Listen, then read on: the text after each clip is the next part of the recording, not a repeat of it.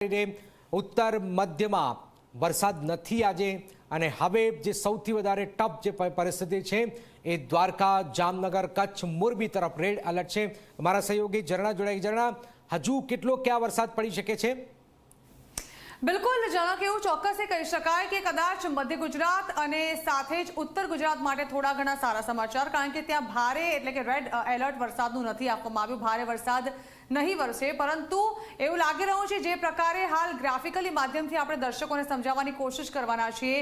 જે દ્રશ્યો સામે આવે છે તેના પરથી સ્પષ્ટ લાગી રહ્યું છે કે આવનારા દિવસો અને આજનો પણ આ દિવસ જે છે તે ખાસ કરીને કચ્છ અને સૌરાષ્ટ્રના મોટાભાગના જિલ્લાઓ માટે ભારે રહેવાનો છે। અહીં આમે રેડ એલર્ટ આપવામાં આવ્યું છે અને હવે હું જો તસવીરો બતાવવા જઈ રહી છું તેના પરથી તાદ્રશ ચિતાર હું તમને આપીશ કે જેના થકી હાલ સ્પષ્ટ થઈ રહ્યું છે કે એક ડીપ ડિપ્રેશન જે સક્રિય થયું છે અને તે સીધું જ પહેલા કચ્છ અને ત્યારબાદ ધીમે ધીમે જે કોસ્ટલ બેલ્ટ એરિયા છે તેના પર અસર કરવાનું છે। અને આ તસવીરો હવે હું તમને બતાવીશ। આપ જોઈ રહ્યા છો આખો જે ડીપ ડિપ્રેશન એક્ટિવિટી અહીં સક્રિય થઈ છે તે ખાસ કરીને આપ જોઈ રહ્યા છો કચ્છના નલિયામાં, ગાંધીધામમાં, દ્વારકામાં, જામનગર, જૂનાગઢ, ઉના, ભાવનગર આ બધા જ વિસ્તારોમાં તેની સીધી જ અસર દેખાઈ રહી છે। આપ જોઈ રહ્યા છો આ સેન્ટરમાં ડીપ ડિપ્રેશન જે એક્ટિવ થયું છે તે અહીં જે કચ્છના વિસ્તારો છે ત્યાં સીધી જ અસર કરી રહી છે।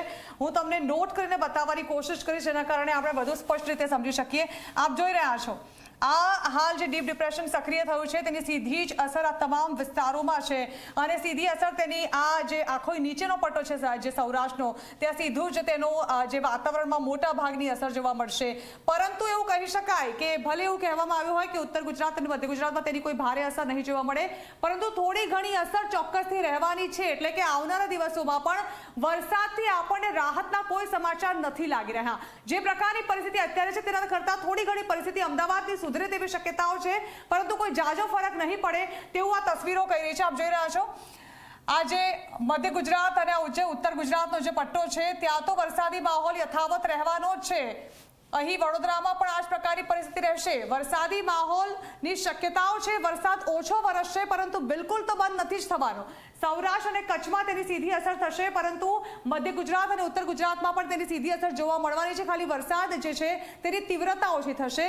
હવે આપણે સમય જે છે તે બદલીને જોવાની કોશિશ કરીએ કે આખરે અત્યારે અમે તમને 3 વાગ્યાનો સમય બતાવ્યો છે, પરંતુ ધીમે ધીમે જેમ જેમ સમય વીતતો જશે તેમ તેમ રાજ્યમાં શું પરિસ્થિતિ જોવા મળશે તેના પર એક નજર કરી લઈએ તો આપ જોઈ રહ્યા છો અહીંયા હજુ પણ આ પરિસ્થિતિમાં તો કોઈ ફેરફાર થતો નથી દેખાઈ રહ્યો।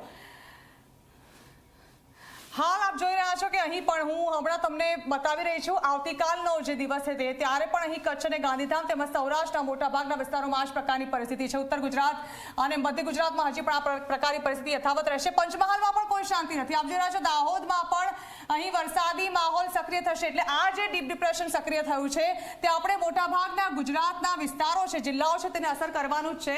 અને આમ તો 5 દિવસ વરસાદની ભારે આગાહી આપવામાં આવી છે, પરંતુ આવનારા 3 દિવસ તો રેડ એલર્ટ છે જ। હવે હું શનિવારનો ચિતાર પણ આપણે બતાવી દઉં શનિવારે કેવી પરિસ્થિતિ હશે।